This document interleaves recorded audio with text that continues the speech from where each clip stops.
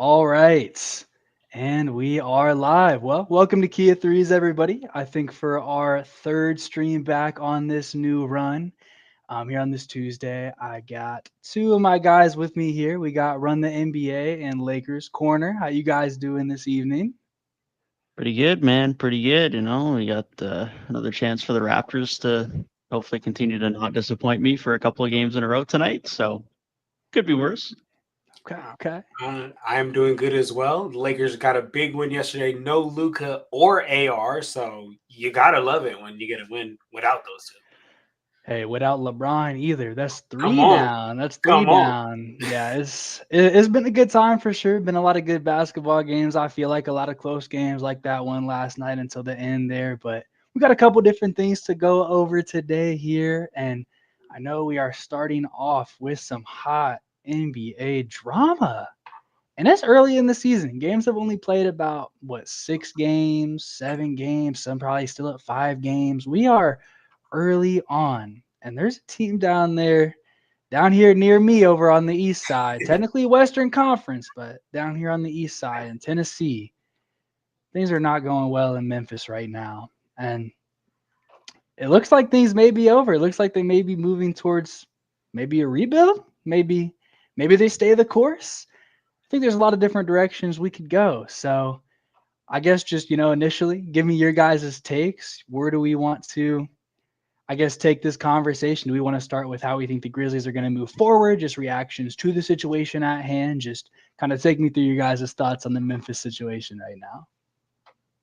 Yeah, they're in a weird spot. Clearly, things are not going well off the court. Now, whether you need to be getting into Jaw's continued issues in terms of off the court behavior as something that's continuing to impact them in a serious degree. I don't know how much of that is persisting with regards to just there's clearly some frustrations boiling in right now with coaching styles and the fact that they just haven't been good to start the year. And clearly, this is a team that peaked early based on what they've done recently. I mean, this is a team we were looking at as a top seed in the West a few years ago. It's been a hard fall since then. Of course, injuries have played a large part in that. You now move off of your third star in Bain. Things aren't looking great there. Now, I don't think all hope is lost. Like John Jaron is still good. They continue to draft well. Like they're doing well in that department. So they're continuing to replenish the role players. Like, Coward has looked great to start the year. So that's another good find for them later down the draft. But where's the ceiling? Right? I mean, this is a team now that like they've been good in, or at least now supposed to be good in the West for half a decade, damn near. And how do they progress back towards even what they were a few years ago? I think there's questions there. And clearly, Jaw is not happy with where things are going. Coach and staff and them don't agree. There seems to be a lot of issues there. So, are they rebuilding per se? I don't know if that's ever a direction they necessarily hit. I don't think they necessarily need to. I think they continue to draft well enough and they have enough role players and enough of a stability here in that regard that they probably don't need to completely reset. And I don't necessarily think they should. I mean, they just got a ton of draft picks back for Desmond Bain. They have a lot of flexibility right now to go a lot of different ways. And I don't think they need to completely reset to be able to do that and be able to at least retool. But do they try to move off of Jaw? I don't know that that's imminent, but I think it's probably something that becomes more and more likely by the day at this point. Jaron, I don't know if they're so keen to move off of him at this point. I wouldn't be shocked if he's the guy that they leave to retool around, and hopefully they can have some enough role player development. But I think Jaw is definitely worth monitoring. I don't know if we're looking at him being shipped immediately, and I'm not saying they need to send a rebuild, but I think it's definitely something worth monitoring, and there's definitely some tensions going on there. Man, it's crazy, guys. Just last night on Twitter, I seen somebody saying that when they let go of Dylan Brooks, that was the beginning of the downfall for them, right? Like everything just started to go bad. But Devin, to your point, the first thing that I think about is like, dude, this team for the longest in the West was like, oh, just wait till they get healthy. Just wait till they get healthy. Just wait till they have 1 year of not getting healthy, 1 year of not being healthy, right? But I to me was waiting to see them be able to all put it together. And truthfully, in a way, I kind of feel like they never really had a chance to actually all put it together for, more than just like even like half a season.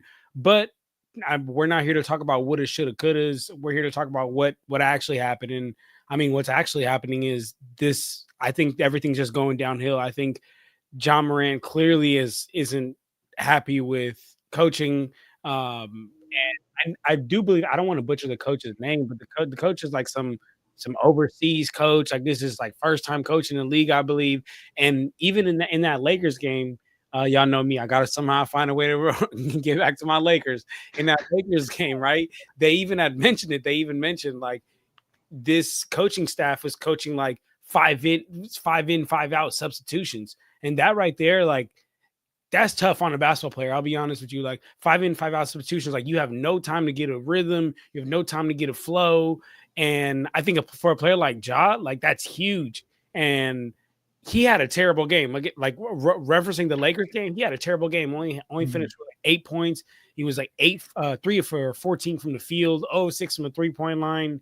And then he was mad after, and which is my next point. My next point is like, I also think the way he's handling it, like the way he's handling him not liking coaching staff, the way he's handling his poor performances is terrible. Like that's not what a leader should do. And this is irregardless of what he's getting into off the court. Like whatever he's doing off the court, I'm talking about specifically on the court and your post game interviews, because all that, like, that affects the team. Can you imagine you're a rookie on that team and John Morant's like the guy, right? Like you're like, he's like the guy on the team, and you see the way he's just disrespecting your coaching staff and your team out there in the media. Like you think that that's the norm.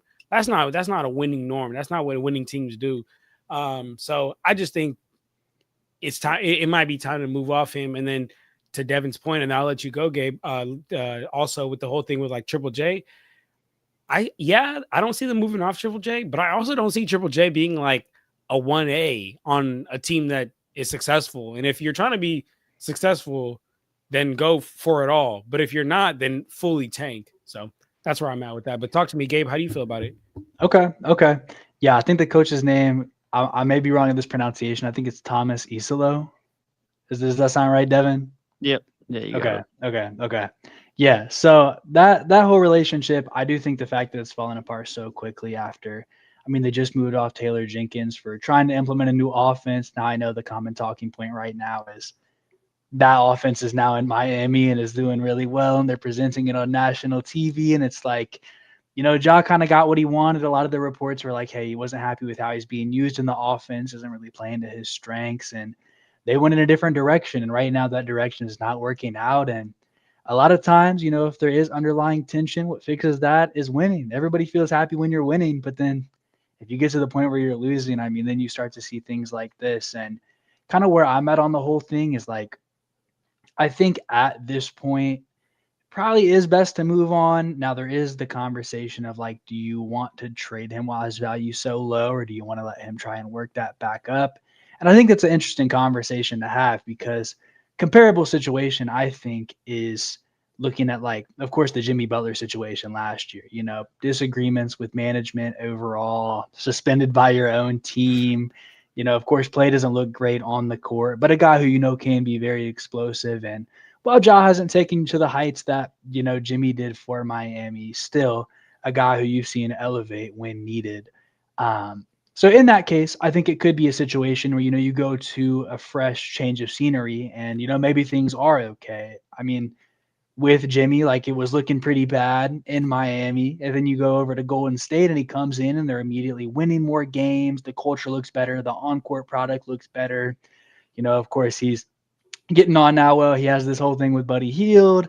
He, of course, is playing well with Draymond. They have a good dynamic there, and it's like the fresh change of scenery just really made everything a lot better for all parties. Of course, now even on Miami's end, they seem to be thriving in this new direction that they've gone in. So, even though you could say his value is a little low right now, I also think the Grizzlies are in a place where, and as you guys kind of said, I think they can really get themselves back into a good place quite quickly. And what I mean by that is, with the Desmond Bane trade, they, got so many assets from that. I mean, all those picks, that's a good basis to stand on, especially with the Magic not being quite as good as we thought just yet. So not saying it's going to be some lottery picks, but definitely some better assets than you might have originally envisioned. From there, of course, they have the Jaren effect too. So even if the jaw return isn't great, you said Jaren, probably not a 1A guy, but I think there's even two routes they go there. You can think of like the Timberwolves when they had, Wiggins and Towns. Little apples to oranges, but think about it. They got off Wiggins, who was more of like, I guess, your primary lead ball handle, ball dominant guy. And, in that case, they kept Cat around, but then they ended up getting their next guy in Anthony Edwards, and those two were able to work together well for a while. So I think, you could see him stay around as a 1B or as a 2 when you may eventually go get the next guy.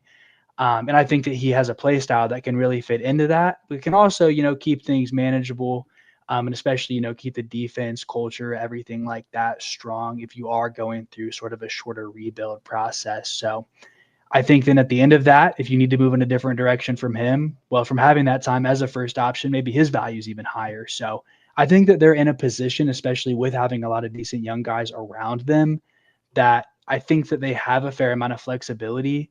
And I think that moving on could probably be good for both parties. Yeah. And let me ask you guys this. So let's say, that does happen and Ja does go somewhere. How much better do y'all see him, or do y'all see him being like a 1A? Because I'm gonna be honest, I don't think I ever see that. Like, I think we've seen Ja at its best, to be honest with you. Like, I don't think we're gonna be seeing him doing something we haven't seen from Ja yet. How do y'all feel about that? Yeah, I think he's a tough case. Like you say, I don't know if I'd call him a true number one on a top end team. Now, if he has a good enough 1B, could he probably be a 1A? Probably. I think it probably needs to be a wing who can actually create a 3-point shot consistently. That's going to be the big barrier for them, especially come postseason time. If you don't have that guy who can create a perimeter shot and hit it consistently, that's going to be a battle. And then ideally, you'd probably have someone who's a pretty good lob threat at the big spot, whether that's a high level starter, or even if it's just a role player who's a really effective lob guy. I think there's a world where that happens. The biggest thing for Ja right now is just the rim efficiency needs to get back to where it's been historically. It's kind of continually fallen the last couple of years, this year especially. That's the biggest thing for him right now. The perimeter shot is what it is. I mean, we know it's likely never going to be great at this point. It's been terrible to start this year, but that is what it is. The biggest thing is just going to be getting that rim efficiency back. As long as he can get that new situation, hopefully he can jive a little bit more with the team, with the coaching. I think there's a world where he can be pretty competitive as a 1A or a 1B in the right situation. But if he's a true number one, yeah, it could probably be okay, but you're likely not leading some contender. I would agree with that. I think for the most part, I would be a little lower though. Just as far as, even if there's another guy of similar stature, I don't think he would be your 1A. Now at the point guard position, that might be a little weird to say. I feel like, of course, that's the guy who has the ball in their hands a lot, typically, if you are at the similar stature, just being a point guard. But I think that, at best, he's probably utilized as somebody in like a Jamal Murray type capacity, or like a Kyrie with Luka type capacity. And, those different situations, but having another guy on the court who can be more of that like offensive hub. And I think Ja can still be a really great play finisher, if he can own in a little bit more on the shooting side of things, not having to be as ball dominant, or can just, use his rim pressure as far as if it's, with cutting, or just if there's like an inverted pick and roll, or just different kinds of things they can run. I think, he could get into a situation where he could be effective in an offense, but there is also the factor of like, does he want to do that? And I feel like for that, the answer is no. I mean, straight up, like what happened with, I mean, that's just what happened last year. Like, if you just look at what just happened with the Taylor Jenkins offense, like they wanted to implement this new offensive system. And obviously it's a system that now we are seeing work actively. And forgive my memory on what the Grizzlies looked like first half the season last year, but it seemed like they were pretty solid, and then things kind of fell off towards the end. Very good offense last year. So yeah. With all that said, it's like, then they got rid of this offense because Ja didn't like it. So is Ja going to want to go somewhere else and go into a better, more efficient offense where he's not such a focal point? I think the answer is no. And I think what does an offense look like that is led by him being more ball dominant, even if he does get his rim pressure back up, even if he became, a decently better shooter. He's shooting terrible to start this year. I don't think the way that he wants to play is conducive to a team winning. Guys, I know you've all been watching basketball for some time here, but I have to draw comparisons. And I mean, we've all drawn, I feel like when Ja was up, people were drawing comparisons to Russell Westbrook and Derrick Rose. I feel like, honestly, the way, hopefully Ja course corrects, but like the way his career is going, it's also looking pretty similar to Russell Westbrook, right? Like that athletic guard who's stuck in his way, who's like, oh no, like this is what's gotten me success, and I'm going to keep going, and I'm going to head down, keep working hard, and going through the wall. And I mean, if a lot of times I feel like we see in this league, like if you don't start to like change your ways and kind of like adapt with where the culture is and with where the league is going, you might get left behind. I'm not saying Ja is going to get left, going to be out of a team in the next 2-3 years, but I'm just saying pretty similar route right now, of Russell Westbrook being kind of hard-headed and being stuck in his ways, and then the league kind of trying to low-key moving off of him. He almost didn't have a job this year, to be honest. Shout out the Kings. Man, that was terrible. I don't want to get into a whole deep Russ conversation, but I feel like he did adapt his game to a fair degree. The Lakers fit was terrible. So of course, from your perspective, you're probably not going to be too high on him. But no, I like Russell. But even going they accommodated a lot for him in Houston, of course. And then like the Washington thing, they really didn't have a lot there. So it made sense to play Russ ball to a degree. But then like on the Clippers, I feel like he bought in more so on defense. And then just, moving on to these different teams, like it's a little comparable to, I guess, almost like Melo to a degree, where it took a second to get there, but then he ended up doing it. But I almost think that Russ was a little bit more willing to do that. I think that Lakers fit just was terrible. Like you never had like a Russ, they want me to come off the bench type moment. Like that wasn't as prevalent with him to me. But yeah, with Ja's just current like attitude on everything, like I feel like, especially being younger and the fact that he hasn't got to experience that whole prime and peak. And for Westbrook, like obviously MVP Westbrook and playing in the finals Westbrook, two different stages of his career, but he got to experience a lot of success before getting to that point. Melo, maybe not to the finals, but he made a conference finals with Denver. He had New York going off a couple years. So they got to experience some great heights. Whereas with Ja, it's like you had 2 great years in Memphis. And I don't know if he's he's what, like 26? Yeah, like, no, he's still young. He's still like, and that's what I mean. Him being young, I'm like the fact that I saw somebody post earlier today, like he was speed running Russell Westbrook's career without the accolades. And it's like, yeah, like I don't know how much you can really just transition your game like that when you haven't got to just evolve and develop over time. Like I feel like the attitude coming in is a lot easier when you're like, okay, maybe getting a little bit towards washed, kind of over the hump here, whereas he's probably going to have this mindset of like, I still got it. I haven't even hit my peak. Like, typically it's about 27 to 31, like should just be getting there. But I think that might prevent him from going in the right direction. Yeah. And real quick on the Westbrook thing, I wasn't even saying like that Westbrook had the mindset of Melo that's like, oh, I'm not coming off the bench. I think, and maybe I could be wrong, I think Westbrook was stuck in his playing style, which is like, like to when you have Westbrook on the court, you got to play Westbrook ball and kind of, give him the rock. But I feel like once he started to go to Houston and other teams, you kind of started to realize like, look, that's not going to win. So like, can we play in other ways? And I don't know, maybe he did buy into that, but that's kind of what I was trying to, compare between him and Ja. Cause if Ja doesn't buy in, he might be out, but no, I could be totally wrong. Maybe Westbrook did a great job. Yeah, and reality is Ja buy-in is going to be harder when he has to adapt more, especially on the defensive end. Just doesn't have the size for it. Like unless he somehow bulks 15, 20, 25 pounds and becomes a lot stronger on that end, he just doesn't have the size for it right now. It's regardless of how much he commits to that end, he's just not going to be good defensively. So that's going to be a struggle for him too going forward.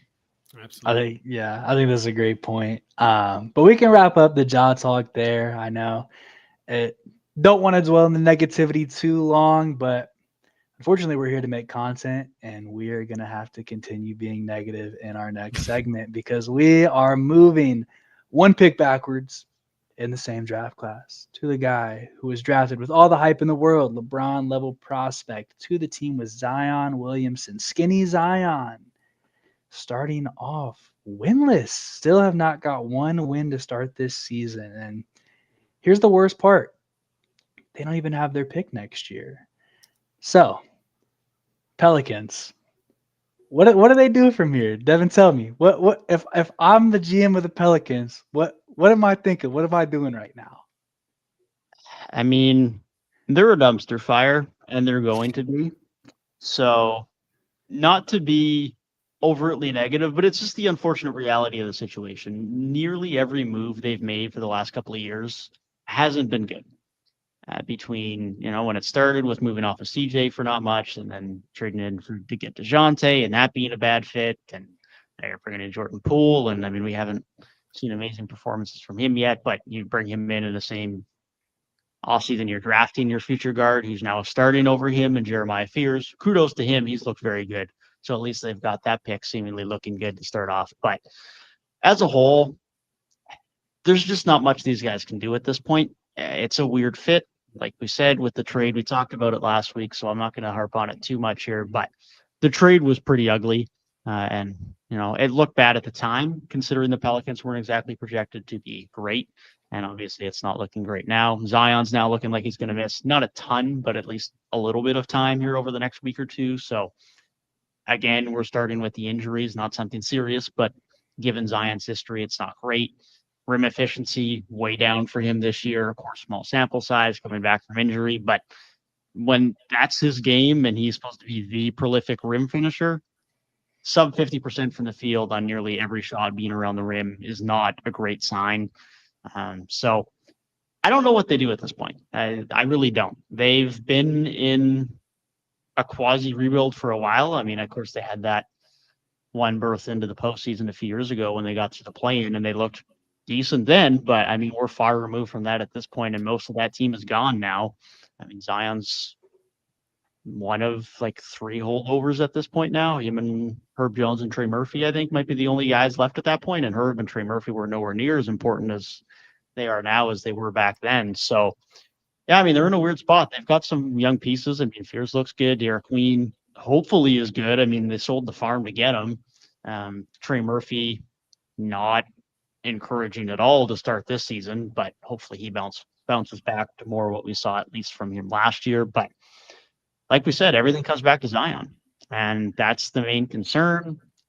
And ultimately, this was the player they drafted. It was, can he stay healthy? That was always going to be the concern because everyone knew he was just a freak of nature, and it continues to be no. It is no, and at least he needs to produce.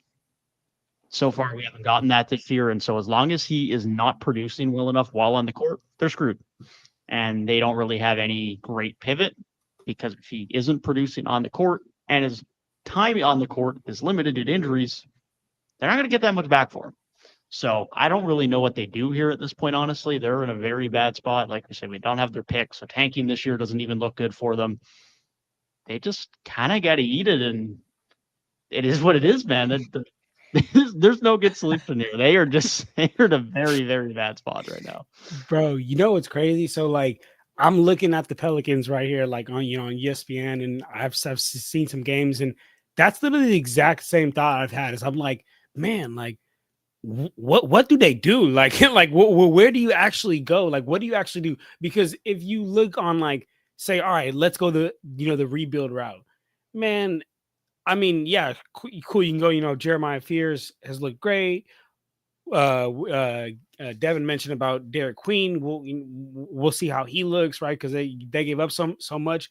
But and then like figuring out, moving off Trey Murphy, moving off Herb, moving off Zion. Like honestly, that within itself, I feel like if you made those moves this year, you'd be selling pennies on the dollar, right? So like, because we know what Herb can actually be. We know what Trey Murphy can actually be. we don't know what Zion can actually be, as we've seen, but you can get a lot for him, right? But if you're in this midst of like, oh, you're 0-6, and oh, Zion's now out for 7 to 10 days.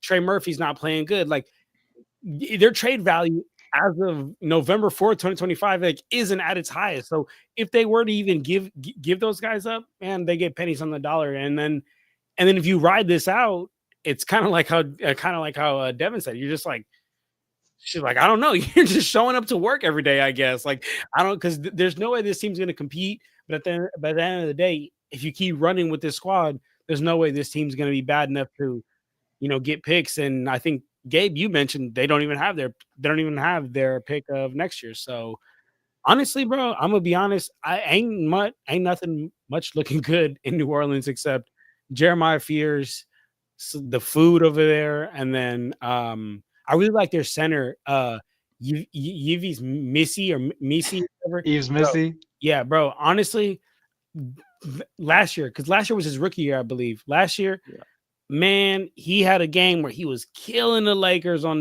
just some pick and roll lobs, and I'm like, man, we need to find players like these, right? So I think he'll be solid as well too. But besides that, New Orleans is kind of stuck between a rock and a hard place. Hey, I don't know if going off against the Lakers is really an indicator of a good big. I got to be honest with you there.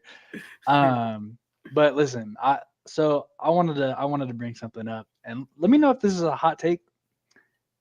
I genuinely think Zion has the third highest trade value on this team. I think he's not first. I think he's not second.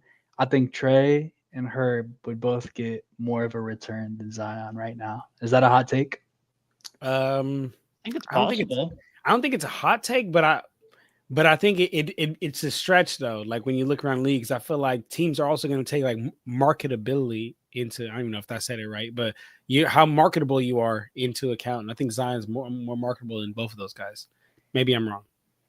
Well, let me ask you this. It's a good take though. Do you think?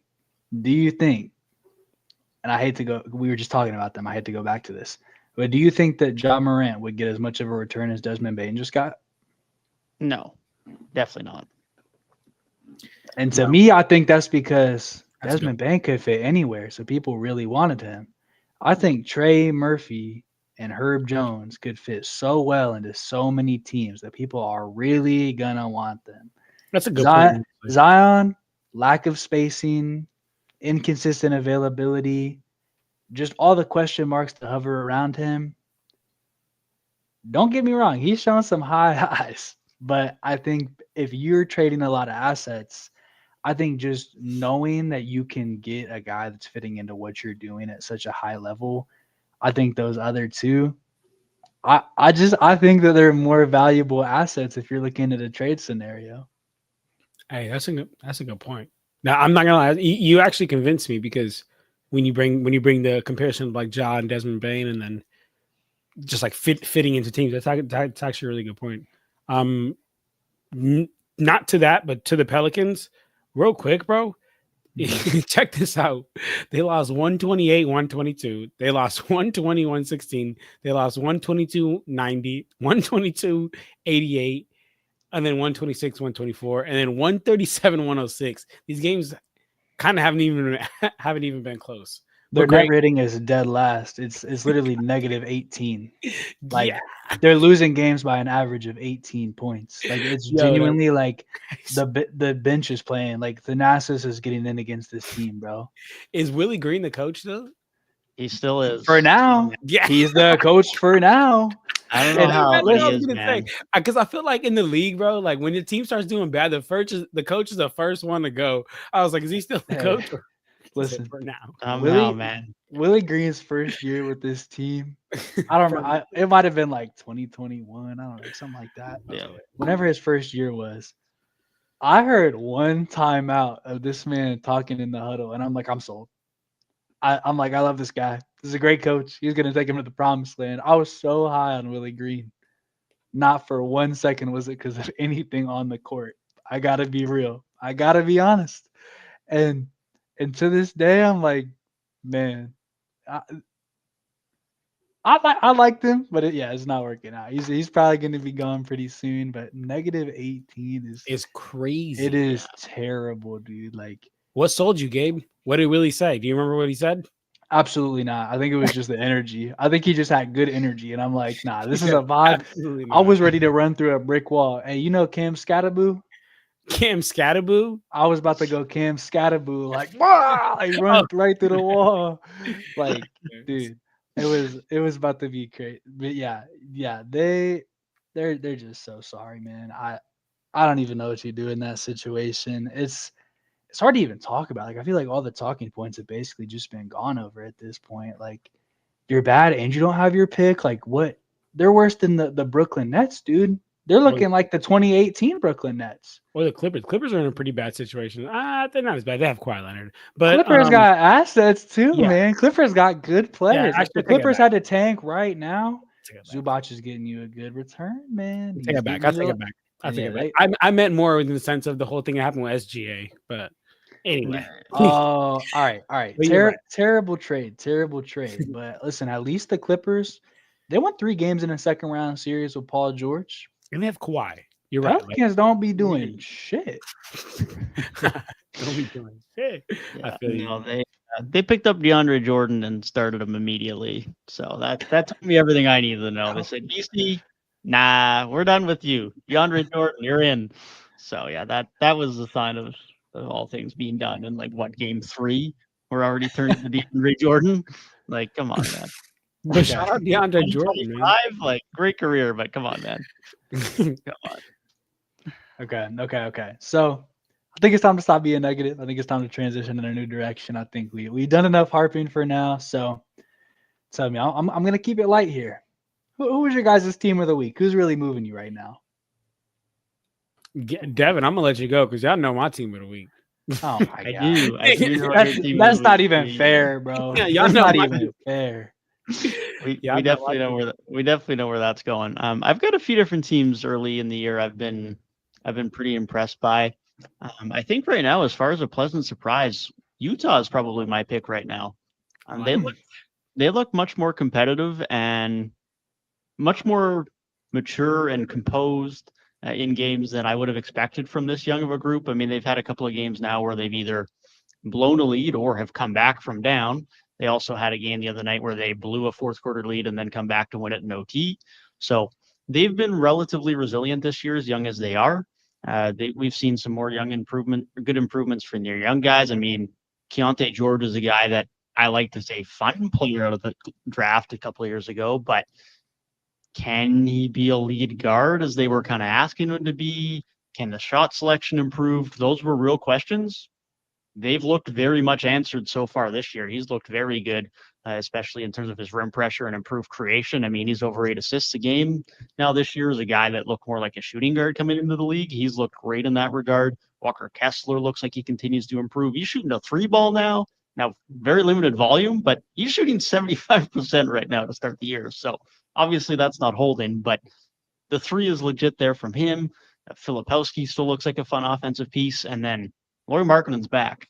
Lauri Markkanen is very back. He's averaging over 30 again this year. Again, is that holding? Probably not. But at the very least, it's certainly helping them be very competitive. Is that now a time where they finally look to capitalize on trading him this year? Maybe. But we've been saying that for what? 2.5 years now? And they might just be happy to let him continue to develop with this core and just let them continue to develop a winning culture. And given the alternative of just losing and sucking for another few years and getting into some bad habits, I don't know if I hate that for them. So I really like where they're at right now. The bench is playing well. I mean, Taylor Hendricks is involved. Walter Clayton's looked good as a rookie. So they got a lot of nice depth, a lot of fun young players right now. Obviously, the most hyped one out of this year's class, and Ace Bailey hasn't really shown up yet. So time will tell with him, but obviously we're very early days at this point. But I like what I see from Utah, considering they were probably the team that most people expected to be at the bottom of the West so far this year. And us, you were really low on New Orleans, but they look relatively competitive. And as long as they don't, ship house with a guy like Lauri, I think they're going to be pretty fun for the rest of the year. I like that. I won't go to Lakers because we probably don't want to hear that. But I'll give somebody else some shine. Funny enough, because we did just beat them last night, but the Blazers. Oh my The, God. the Blazers. I'm sorry, Gabe. How to slip it in there because we did beat them, but 8 days ago we lost to them. So gotta give them their credit where credit is due. But honestly, the Blazers, I don't know. Maybe I was asleep, but I wasn't thinking this team would. I know very early in the season, they're stuck. They're in the 7th seed, I believe. But just the way that they've been playing, bro. I mean, literally, like they took exactly what OKC did last year, and they're like, all right, cool. Let's just do that all season long because we have the athletes. Like I've watched some other games besides the Lakers games, and in the other games and in both Laker games, they have been pressing full court. I mean, with the backcourt lineup of Shaedon Sharpe, Jrue Holiday, Caleb Love, he gets after it sometimes too. Tamani Kamara, like an amazing defender right there. So just like bringing the ball up court. A lot of times I'm seeing teams struggle to even do that. And then Donovan Clingham, he's holding it down. Honestly, bro, I was watching the game last night with my girl, and my girl was like, damn, like that dude's hecka big, right? And like Donovan Clingham, and I was like, yeah. And he was standing next to Ayton. And I was like, damn, like imagine someone is saying you look big and you're standing next to another big on it. Like DeAndre Ayton is our big, and he was looking tiny next to Clingham. So I love to see that. And then Danny Avdija, he's continued to step up. Now I don't know how. I'm not saying this team's going to be a playoff, contender or anything like that, but me personally, I'm just a little bit surprised and love to see the way they're playing, picking up teams full court because they got the athletes to do it. So I'll give them my shout out for them. Yeah. Portland's been very good. I've been a high Portland advocate the last little bit, so I like that. Okay. I mean, they were an above 500 team post trade deadline last year, top 5 defense. So it's no good look for them to start the year. They continue to develop, and shout out Thiago Splitter because he had to get thrown into this role immediately out of nowhere, and he's been very good so far. So shout out to him.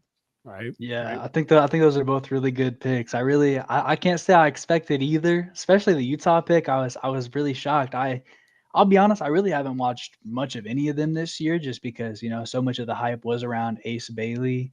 I also, had some eyes on Bryce Sensabaugh as an Ohio State guy. Of course, got some ties there, but I guess I'll have to tune into them because, I mean, I was waiting on that, but if they got some good stuff going on, I know a couple years ago, I know they had that really hot start where they were like 8-2. So maybe early season Utah is just must-watch TV. I don't know.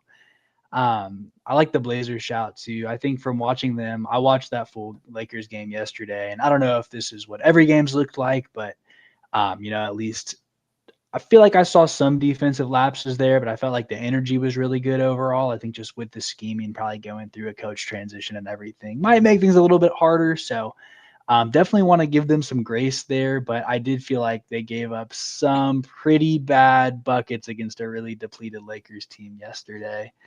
But yeah, my team that I wanted to highlight is I'm going to take it to the other conference and give you an Eastern team as our East Coast guy on the pod.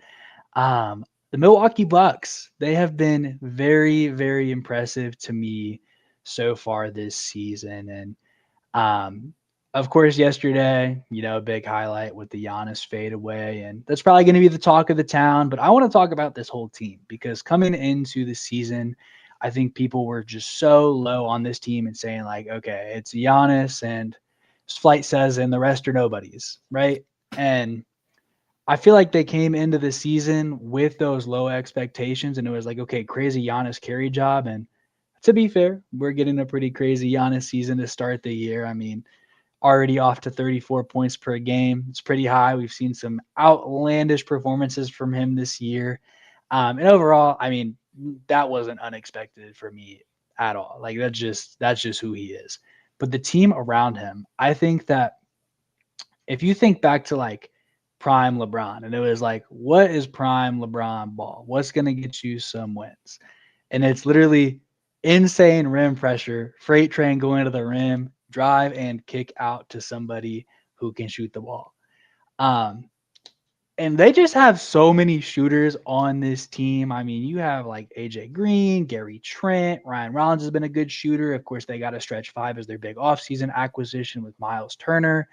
And I don't know what the exact shooting numbers look like right now, but for the most part, I feel like most people they have on the court, even down to like Cole Anthony, Taurean Prince, all these depth guys, they all have to be respected outside the arc. And it's like Giannis just, I think, has so much spacing to do his best work that I think it's going to set him up to have an incredibly dominant season. And I really think that the main thing that they were missing was that lead guard to take care of the ball and, be the guy who can dribble it up court and be more of a perimeter creator. And maybe it's a Linsanity run, but talking team of the week, Ryan Rollins has been on a heater, and we've seen him do it both with Giannis and without Giannis. Of course, he had that crazy game against the Warriors where he just was their number one guy, but even playing alongside Giannis, I feel like he's done a really good thing and he's just shown up in big moments. I mean, he's been able to just almost score at will. The outside shot looks good. The driving ability looks good. Of course, being a lead guard, I mean, he's able to get the rest of the team involved. Like, he might be the person that they needed to step up to really lead that backcourt. And it's still early. So I don't want to make any outlandish, comparisons or predictions or anything. But I think at least from what I'm seeing on the court right now, if he can be their solidified point guard, I think this team is in a very good spot, especially with all these shooters. I like that. I like that take a lot. Honestly, the only Bucks game I've caught so far was that one where just last night when Giannis hit that game winner. I went back and rewatched that. And honestly, it's crazy to see Miles Turner in the Bucks uniform. Honestly, I feel like there's some players that takes me some time to see them in a different uniform. I feel like that's one. But love all your takes you made on the Bucks game. And just because Garrett isn't here, I gotta give his Bulls the love. I haven't caught too many Bulls games though. I'm gonna be honest. I'm not gonna be sitting on here lying to y'all, but didn't expect a 5-1 start. I don't know if y'all did. Didn't expect a 5-1 start. So shout out to the Bulls. I know if Garrett was here, he'd have a lot more to say, but just want to shine a little bit of light on them as well too. They've had a pretty unexpected hot start. Yeah, no, they've had a really good start to the year. Their benches look really good. Trey Jones has had by far his career year this year. The three starting to fall for him, which is really nice. Kevin Huerter looks like a new player. He's been good offensively, but not from three, which is weird for Kevin Huerter. But the cutting, the off-ball movements look really good. So now they look like a really good team right now as well. Quickly on Ryan Rollins, the reason I do think it's real for him is he started to do this at the end of last season. It's just, unfortunately, most people forgot about it because then he kind of flunked in the playoffs and then got thrown out of the rotation pretty quickly. But last 13 games last year, when he started getting in the rotation, he was at almost 11 points a night. He was at 10.8, 52.5% from the field and 48% from three. So he was doing this then last season. It was just a very small sample size.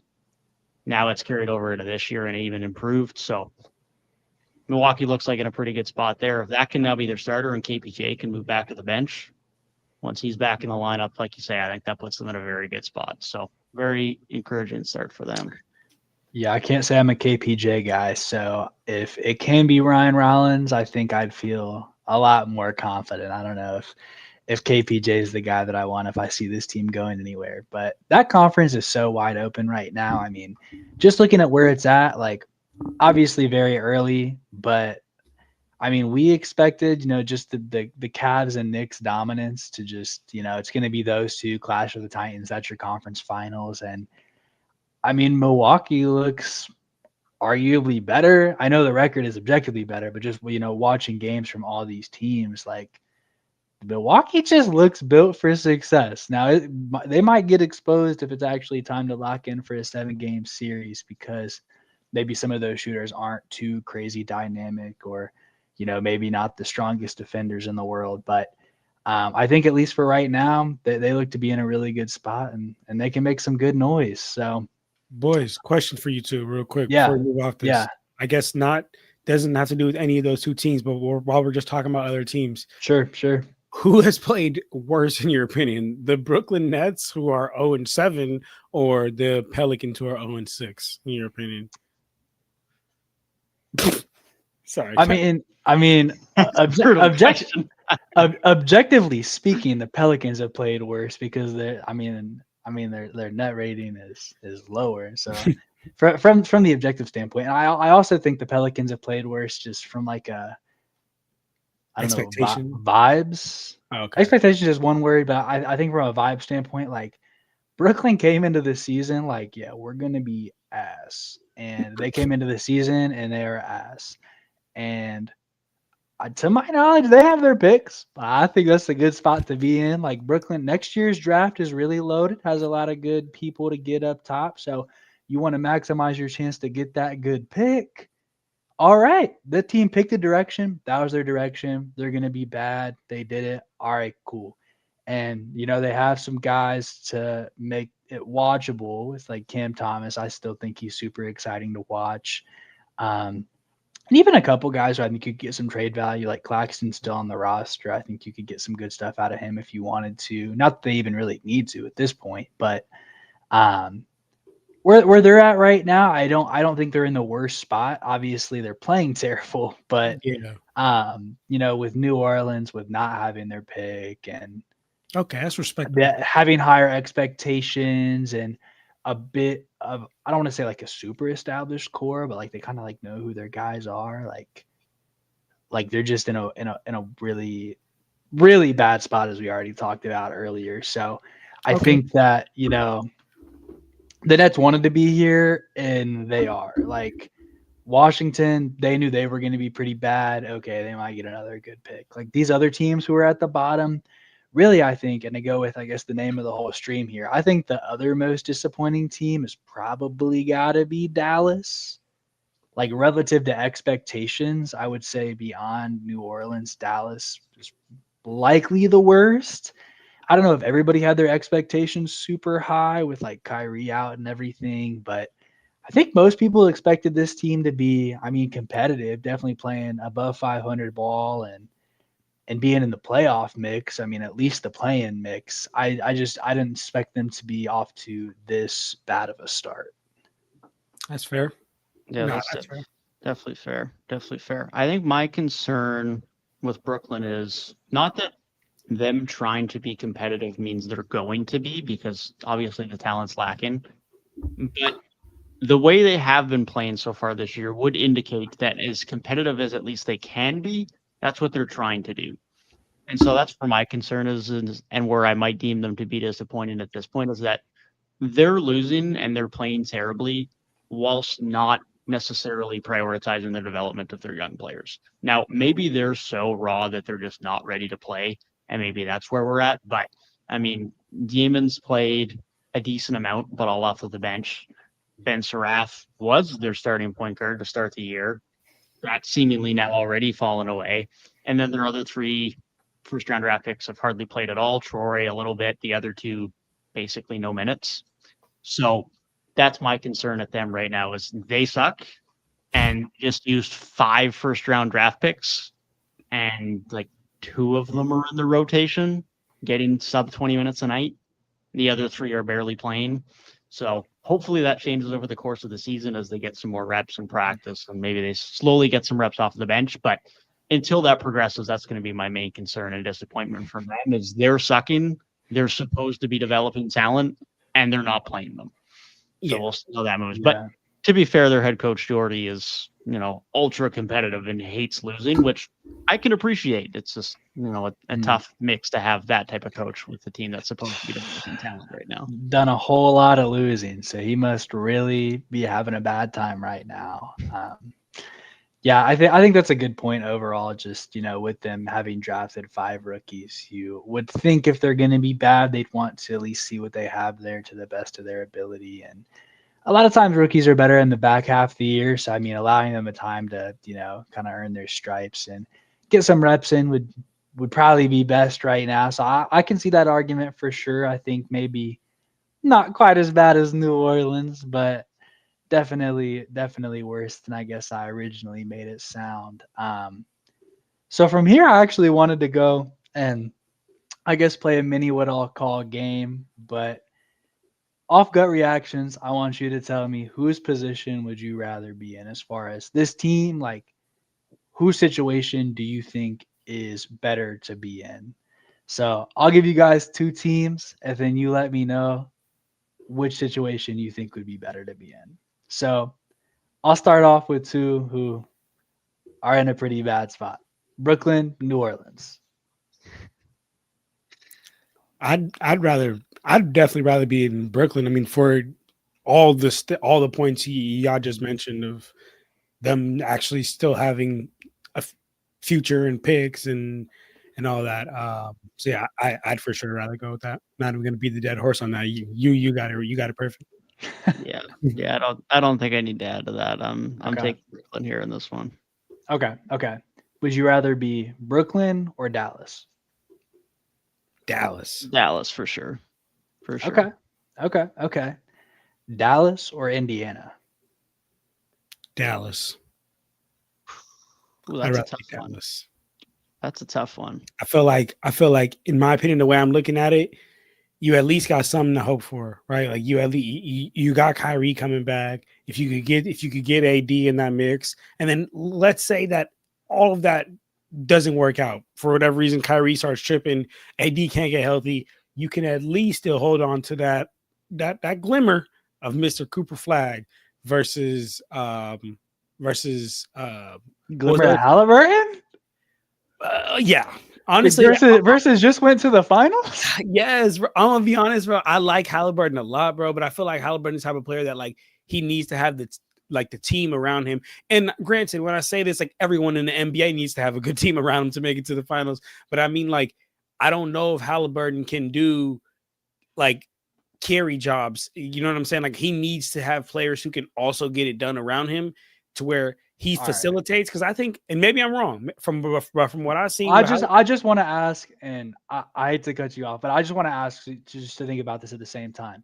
What has Cooper Flag done to make you think that he doesn't also need a good team around him, even based on like his college days and just everything, and even from like his like play style? Like I think him at point guard right now, such a mistake. Like he's not supposed to be that type of dude. So what makes you think that being in that situation with Flag is better than being in a situation with Halliburton?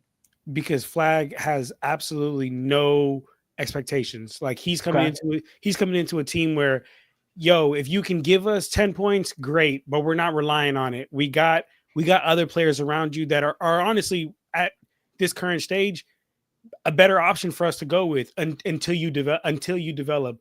Versus with Halliburton's there, but I think we've seen the peak of Halliburton. And again, like I don't think we're going to see Halliburton like carrying teams. He's going to need good players around him because, like I was saying, I think Halliburton's game opens up is when he facilitates, and then now the defense got to adjust him facilitating. And when that happens, lanes open, then he becomes a scorer. And I think without that first piece of like having good players around him that can actually force a defense to be like, all right, well, now we got to adjust because we're not going to leave this guy out there just sitting open in the corner. Or we're not going to leave this guy on the roll. We're going to have to go double with him.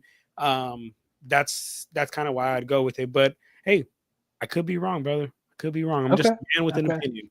Okay. Yeah. Devin, were you Dallas, Indy? I'd probably go Indy here. Undoubtedly for this season, I'd rather be a Mavs fan, but I think, these guys just made the finals, and sure you lose Turner, but you still kept Halliburton once he's back from injury. You still have a number 2 who's proven to be able to be a guy who can support a team get into the finals. And the role players still look good, and you're going to get some more development out of those guys this year as they're forced into a bigger role with, now the mass amount of injuries they have, never mind just Halliburton. So I think I'd rather be in the Pacers spot right now. Okay. Yeah, I think I'd hate to be a Dallas fan, man. I'd go Indy. I think, even though you did lose some pieces and, what Halliburton's going to come back to, it's not one for one with what he, left from when he went down with the injury. But, dude, being a Dallas fan, Luka's averaging fucking 40 right now. Oh, well, he's averaging 40, and you got to watch this team be 2-5. Klay Thompson, sharpshooter. Klay Thompson is literally shooting like 28%, like gigawash. I don't know what his actual number is, but it's bad. He can't do the one thing he's paid to do. The only I was gonna say 26. Listen, shout out to bro. He got Meg. You got me. But on the court, come on, man. What's going on? You guys are So, hilarious. and I mean, AD came into this season out of shape. After that's what Nico was getting on Luka for, and AD already like Anthony Davis like is not in shape, is not healthy. Is Kyrie is off like he's what 33 at this point? Like he's been in the league for a minute. He's in like year 14. He drafted in 2011. Yeah. And he just coming off an ACL. I know players have more longevity now, but I don't love their position. I think Indy has seen like with their current core that they, can get stuff done and go far. And Y'all see Indy going back to the finals? I don't know if they'll go back to the finals, but looking at this conference, I'm like, I mean, nobody thought they were gonna go last year, and they did, and they took it to Game 7 with, I mean, a team who is right now 7-0 and a team who is one of the best defenses we've seen in modern history. So, I mean, if my offense is led by Halliburton, I think they only get better the more aggressive he is. So, and you don't think there's a massive drop off losing Miles Turner because like I know no. you really I don't think well, he didn't even shoot very well in most of that playoff run. Absolutely. So his biggest like I think you can okay. Yes, he didn't shoot that well, but let me ask you something. So the player that Miles Turner is, right? So let's say you're the opposing team. You don't know if he's going to shoot well or not shoot well. You scout and you game plan for how the type of player that he is, and he is a stretch 5 that is really hard to game plan. So you can't game plan for him shooting bad. So you have to game plan for him playing well. And so and just you game planning for him, now that opens up so much more lanes for Tyrese, so much more lanes for other players. Do you or do you not agree with that? I think it's a style of play. I would agree with what you're saying. I think the defense does have to prepare differently for a stretch 5, but I don't think a stretch 5 is the only way to run a successful offense. And I think that Halliburton is more than capable of running a successful offense without a stretch 5. So if you can get a guy who, is more of like a vertical threat, still great on the defensive end, great shot blocker, I think that they'll honestly miss Miles Turner on the defensive end more than they may end up missing him on the offensive Which end. helps you makes a final run, though. You know what I'm saying? That's I agree, but I think it's easier to find a rim protector. Maybe not to the level of Miles, but I think it's easier to find a quality rim protector than like a stretch 5 who's really knocking it down and is still going to be good enough on defense. Like a lot of stretch 5s might not be holding it down on the other side. So, that's why I would think that Indy will be okay.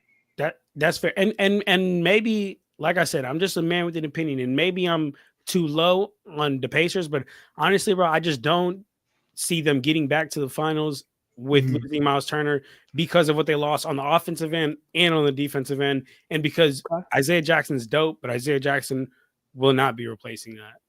Okay. Yeah, I think for now you're correct, but Halliburton's not even going to be back till next year, so we'll see what they do next off season and how they invest, retool.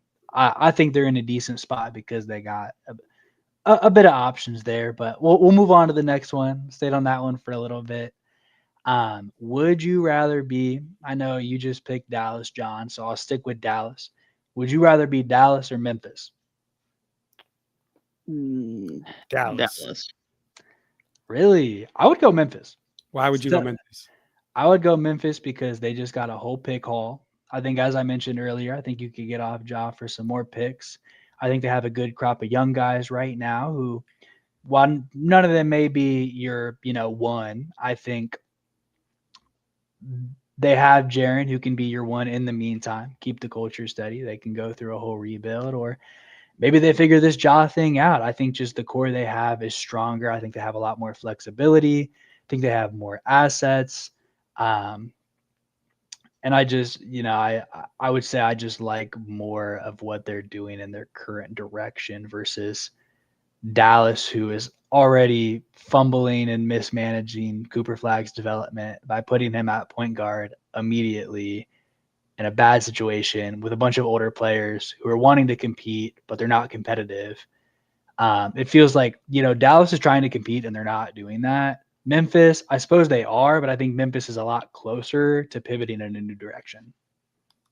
Question on that. So I take this with a grain of salt because I only watch NBA. I don't watch much college basketball. Only game I seen the Cooper Flag before the NBA was that scrimmage he had with Team USA, and then that one where he missed that that turnaround. I think it was in the tournament or whatnot.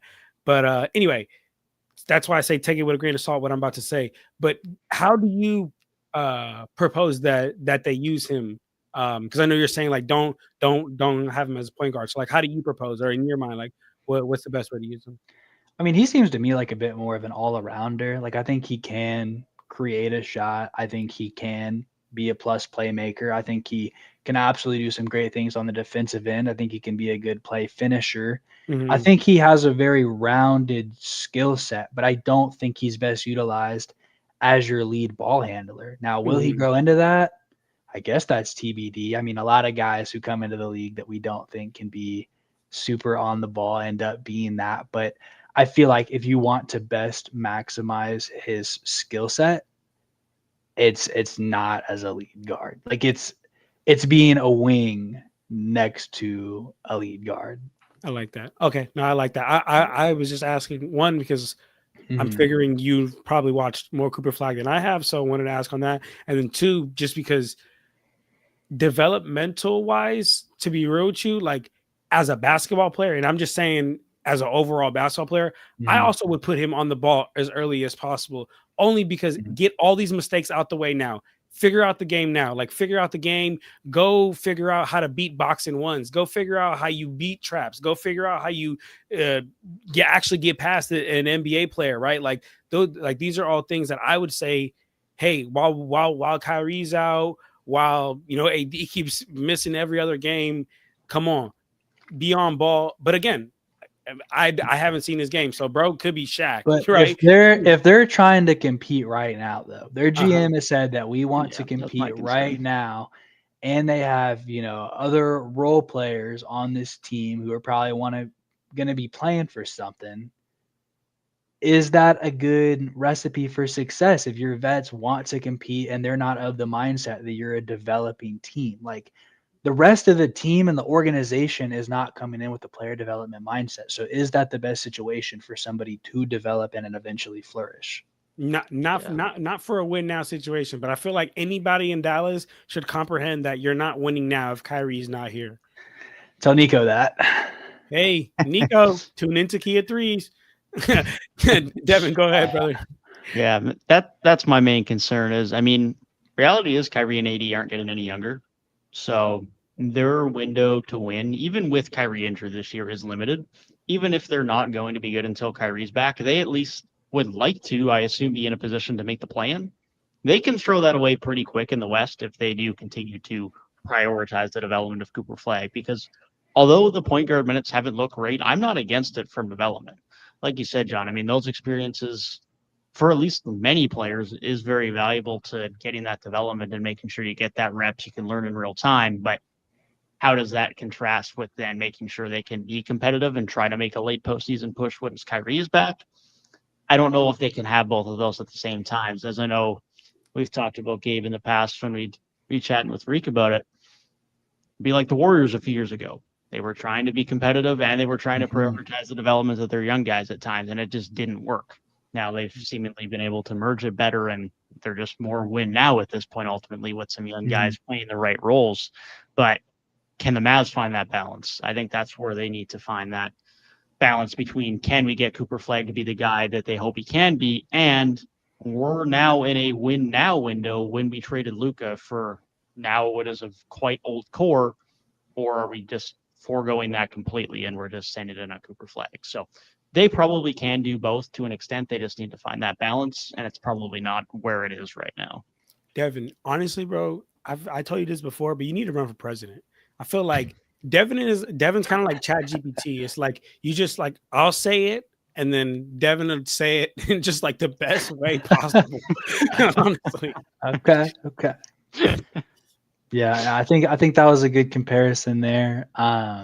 So next one I want to go to is, would you rather be the Sixers or the Pistons? Damn. It's a good one, honestly. Think the Pistons, because you don't have the dead weight that the 76ers right now in the, like, what, 110 million a year you're paying Paul George and Joel Embiid or something in that range. Now, the young pieces are fun and they're great. And VJ's great, Maxi's great, Grimes continues to play great there. They're very fun, especially in the backcourt. But how do they transition right now? I think that's where that gets funky. Detroit is just, there's a clear vision. You have Cade, you have Asar, you have Duran. I think I'm rolling with Detroit right now. Likewise, for the exact reasons Devin mentioned. Okay. Yeah, I think that's fair. I think there's less question marks for them. I think it's a little bit more clear, even if Philly has some bright spots. Well, I guess speaking of, having some different timelines, then would you rather be Philly or Houston? Houston For sure. Okay. Houston or Minnesota? What about you, Gabe? I think I'd go Houston. Okay. So Houston or Minnesota, which one would you rather be right now? Man. I'd go to Houston. Okay. Minnesota's great with Edwards, obviously. Outside of that, how does the team look long term? That's where I start to have some questions. Once they have to transition out of the Gobert era and they have to really figure out how their defense is going to look, that's when I'd start to have more questions. Not to say that they couldn't still remain competitive through that. I think Houston just have a lot more of a clear path to remaining competitive even post KD at this point. Yeah, I'm gonna have to go with. I really wanted to go Minnesota, but that is a great point. So I'm gonna have to go Houston, to be real. Don't want to be an agreeer, but what made you wanna originally go with Minnesota? Honestly, bro, I mean Anthony Edwards, like he has been more proven, I think, so far, and only because we haven't seen Houston do it yet with KD. And I think one thing that I'm very kind of concerned about is not having a true playmaker. Like, yes, KD can play. KD can do everything on the court, yes, but that is not. I don't think that's where you're best utilizing him, asking him to play make, then asking him to also create offense in the half court, then asking him to do all this other stuff. I think it's best to have a playmaker who can set up easy buckets. But to Devin's point, like it's Houston has a path now and later. I think. Okay. I would go that wins out. Would you rather be? Hear me out on this. Would you rather be Denver or San Antonio? Denver. I'm gonna be honest. I don't know if y'all and maybe I'm prisoners mentality or whatever. I think I told y'all, but I think Denver's winning the championship this year. And it's unfortunate to say as a Lakers fan because it's like, damn, but bro, they're better than when they won the championship, in my opinion. Like they brought back Bruce Brown, who, in my opinion, is one of the biggest reasons that they even won a championship that year. He was one of the most important role players. He was running the inverted pick and roll as the big sometimes, and he's also running pick and roll as a ball handler. They brought in Cam Johnson instead of Michael Porter Jr. They brought in Jonas Valanciunas. I think that they can win. They finally have a backup big, and they brought in Tim Hardaway Jr. I think you're being short-sighted. I think you're being short-sighted. You think so? I think even if Denver wins the title this year, dude, if you're telling me the next what situation do I want to be in that I'm taking over this franchise today, brother, I'm taking San Antonio over anybody.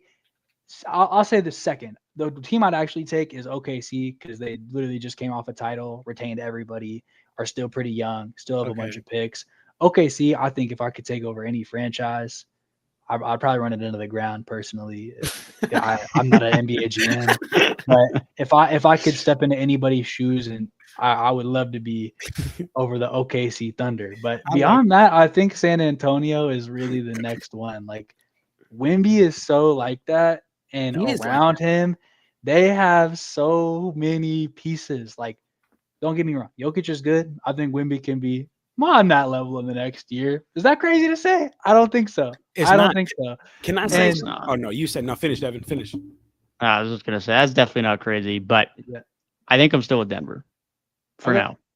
Talking a year, I might feel differently. Every year that Jokic gets older is going to make me change that a little bit more. But these guys, as long as they can still retain depth, they're likely going to be competitors for the next 5 years. Spurs are close. Antonio has but Denver are just a tier above, man. Denver are just a tier above right now, and I don't know if I could pass that up. Devin Vassell was your guy, and he's like their fifth option right now. Right. That was your guy. Felt the right way. Not many of those, but Like, they do have some nice depth right now. We'll give them that. But top end second guys is where I'm at now. Obviously, once Fox is back, then that'll help. How much does Stephon Castle develop? That'll be a big question. But I can't turn down being a top tier competitor for the next 3, 4, 5 years right now. It's really hard to turn down. okay. Yeah, I like that. And maybe you guys are right. Maybe I'm being a little bit too much prisoner's mentality. But real quick, let me ask y'all this: is this a hot? Okay. I was talking to one of my friends a couple like last week, and I said if everything goes right, barring injury, I think Wemby genuinely has a chance to be the greatest player of all time, like surpassing Michael Jordan, surpassing LeBron James. Like if everything goes right, like is that a crazy? Because somebody was looking at me crazy at the gym. They thought I was wild for that. I was like, you said can be, which he's 100% got the ceiling for it. Okay, cool. So he 100% he has the potential. Everything goes right, he can absolutely be the greatest player we've ever seen play basketball, right? Hey, it's better than your Evan Mobley take. I'll tell you that. Bro, that's so crazy. You know what's funny? Funny that we're here because you guys shitted on Evan Mobley, and now how fucking good is Evan Mobley? Evan Mobley's that fucking guy. I don't think we shit on Evan. Actually, no, I'll be real. Some people on the podcast definitely said y'all were shitting on Evan Mobley, and I told y'all he can make it happen. He has the intangibles, and he made it happen. I just don't know if y'all is the two up here with you right now. You got some pushback. No, you got some pushback. But I don't know if that. You just called me out on it now. That's how I know you didn't agree. Because you said he would be MVP. I said if the keys got given to him, the keys never got given to him. The keys got given to Donovan Mitchell.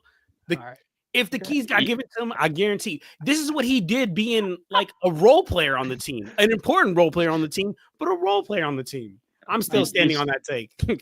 He's still begging for the spare key, man. It's a work in progress. It's insane. Yeah. Okay. Well, I think that was a good one. OKC Denver. I guess I'm in the minority here again. Would you rather be? Let's see. Who are two teams? Here's a good one. Would you rather be Phoenix or Sacramento? Oh, that is stinky. God. Damn. Probably Phoenix, just solely based off Devin Booker. Fair. He's by far the most valuable asset amongst these two teams, and this is two teams that don't really have many good assets, unfortunately. There's good players on both teams, especially Sacramento, but do they get valued across the league, especially in a trade at this point? Not really. I mean, we just saw what Levine got traded for, and it wasn't anything of value, at least of significance. Now, talk to Bulls fans right now, they might feel differently because they're winning with those pieces, but generally speaking, the value isn't there. So I think I got to go with the Suns just based off of Booker. Yeah, I'm also going with the Suns based off Booker, but also based off, I feel like they even just got some good young players. Like the Kings don't even really have any like solid young players.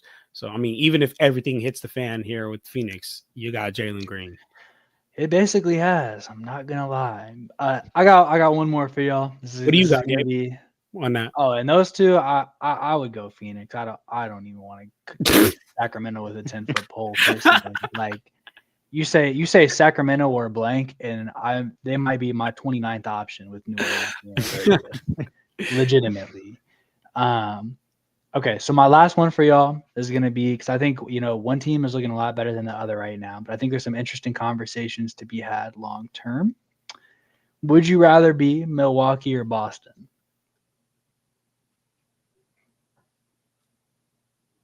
Milwaukee. You both said Milwaukee? I'm gonna say Milwaukee. This is tough. Honestly, I'm gonna keep it real. I'm not the greatest when it comes to like the whole cap. Like I understand it in its simplicity, right? But when it gets to all the craziness, that's when it starts to lose me a little bit. But all I do know is that Boston's like just gonna get effed, and like it's been getting effed, and that's why they've had to get off of so many players. But it pays to win because they went and won a championship. When we actually talked about that game, remember in the first stream we did. Devin, I don't think you were here for that first stream, but we talked about that. We're like, is it worth it, right? Like just doing everything, and now you're just getting screwed the following years. Versus Milwaukee, I think they've found a way to somewhat get in contention. To your points earlier, Gabe, about how like Milwaukee is really stepping up here. So I'm gonna go Milwaukee. Yeah, I think I'm narrowly Milwaukee right now. The flexibility for both teams financially right now isn't bad. But of course, Boston, like you said, John, had to get rid of multiple pieces this offseason just to get to that point. So it's not quite as good of a team as they once were, even once Tatum is back next year. They're back healthy. The full force is not as good as it was 8 months ago. So they're at a still good spot once Tatum is back, but I think they've certainly taken some hits and they're going to have to retool a little bit.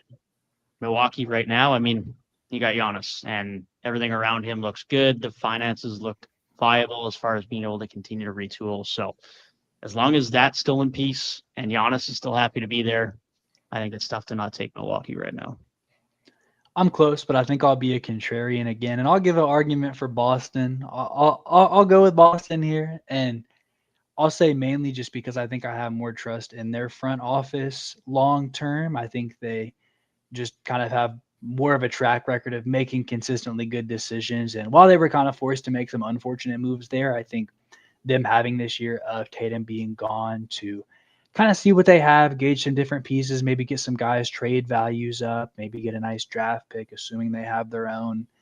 I think just in that case, they are in a decent spot to bounce back. It seems like Tatum's recovery is going well, so I'm not really too worried about him coming back and having a major fall off. But then I also think like they have their 1, 2, and 3 that won a title, like with, I mean, Tatum, Brown, Derek White. I mean, would that win a title in this year's NBA? I don't know. Probably not without a great supporting cast like they had then. But if there was a front office that was going to put that kind of cast around them, I think that Boston's would probably be in my top 5. Milwaukee's I have some questions about. And I also am not huge on kind of like the 1 foot in, 1 foot out stuff that happens with Giannis every now and then. It kind of just makes it hard to, I think, bring in other like, top end talent just to make yourself, I mean, whether it's somebody's preferred trade destination or free agent destination. I'm not saying that Boston pulls a ton, but, I think it's just kind of makes it harder to build a whole team when it's like the whole focal point. There's such a wild card there sometimes. That's real. I like that. I like that argument for Boston. Still gonna have to go Milwaukee though. I like the argument though. Hey, fair enough. I think that was a close one because they had some different reasons there for why you might take one over the other. But yeah, I think, brings us up to the last couple minutes here. So I'm going to hand the keys off. Anything else you guys want to touch on, go over, any questions, hot takes, just anything to cover before we wrap up here? Devin, you got anything? Quick shout out to Ron Kalkbrenner. He's been great to start the year. Sion James as well. Hornets rookies have been very good to start the year. Big reason they've been relatively competitive this year. So quick shout out to them. Okay. Let me see who I want to give a shout out to. Honestly, opposite of a shout out, the Orlando Magic, man. What's going on? Opposite of a shout out. Oh my. Man, I'm going to be honest, guys. The Orlando Magic has been my league pass team now for the last probably 5 years. And it just, I've been like, yes. And now I'm just like, what's going on? No. But I'm too early though. I'm hoping it figures out. All right. Last thing. 10 seconds. In 10 seconds, tell me, would you rather be Atlanta or Orlando right now? Orlando. Okay. Simply off how much I like Paolo Baker. No, I agree. I agree. I like their whole core more. I think they're still on an upward trajectory. I think Atlanta's been down, and now they're trying to but it's still long term, they're down.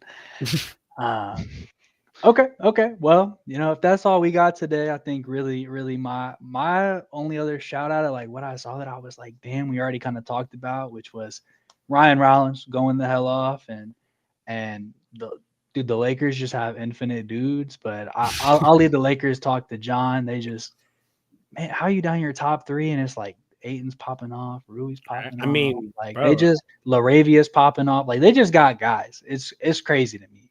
So Yeah. shout out to the Lakers depth. I was watching Bronny play quality ball. That's going to be my shout out is LeBron James Jr. Bronny James, listen, not a great scorer, not a great scorer at all. I still think the outside shot is there to a degree if he gets quality looks. I think he needs a bit more confidence and a bit more of a trigger on it, but I feel like the shot making ability is there, and I really liked what I was seeing from him as a lead ball handler and as a passer. Not maybe with the starting lineup for 30 plus minutes a game, but if you're running with a bench lineup, I think I'm comfortable with him having the ball in his hands, making plays for others, being in the right spots on defense, and seems like the basketball IQ is there to be a productive player. So I'm gonna have to come at the haters who think that Bronny's not an NBA player. I think he is. I think he is. I think he is absolutely. And I'm gonna be honest, bro. I think that Bronny can actually carve himself out a nice role in this league. He just needs, to your point, Gabe, have that consistent outside jumper, right? Just like consistent knockdown jumper. But also, I just think he needs the confidence. And similar, and you just mentioned another player, Jake LaRavia. If you go back and watch Jake LaRavia literally 2 weeks ago, and then now watch him last week, you will see two vastly different players, one playing with no confidence and another playing with confidence. I mean, Jake LaRavia, just this last week, he's popped off. He's putting the ball on the ground. He's Euro stepping through the lane. Again, 2 weeks ago, he was getting the ball and immediately getting off it, right? Now, I know maybe it takes some time to get adjusted, but you could just see the confidence jump in him. You love to see it in Bronny, so love that shout out as well, Gabe. And then the last thing I'll say for the Lakers is, yeah, we did pop off that game. A lot of players stepped up, but I'll be honest, bro, I really want to see that happen when Luka and AR are consistently back, because I think that's one of the Lakers' biggest, I think, struggles and downfalls is just our bench. Like, we just don't have that great of a bench. But if they can play like that, right? And that's the thing, I'd be feeling so mad. I'd be like, NBA players, y'all step up when the star players are out. Okay, thank you. Somebody stepped up. But then when the star players when the star players are in there, y'all just be playing like a whole different player. And I get it. You get less shots. You don't get in the rhythm as much. But damn, man, I need to have Nick Smith Jr. coming off the bench like this, when Luka's out there, so then Luka can get a little bit more rest. You feel me? But hey, shout out to Lakers Corner, man. Catch the 3-minute recap of every game after the Lakers game. Catch him live on playback streaming if you want more Laker talk. Yes, sir. That's your guy right there. Yeah. But yeah, I think that's pretty much all we got for today. So really, with all that said, just want to say thanks to everybody who tuned into the stream. Catch us again on Friday at 7:00 Eastern. Hopefully we got some more of the guys back with us. I know we've been awaiting some returns here for a little bit. So, definitely happy to keep that going. Appreciate all the support, all the love. Let us know in the comments down below, who are you high on and who is down bad? And if you've made it this far into the video, comment Bronny in the comment section. So if I see Bronny comments, I will know who the real ones are. And if I don't see any Brownies, that'll be a little bit sad. So maybe you two can go in on your personal accounts and put a little comment in there just to make me feel better. Gabe, and shout out to Gabe. Thank you, Gabe, for hosting. Did a great job. Amen. John, we can go back and forth on this, but I think the show might be in a good place. We might be in a good place. Come on. But yeah, don't want to take up any more time here, but thank you all again for watching. Appreciate all the love, all the support, and have a great rest of your week until we see you again on Friday. Peace.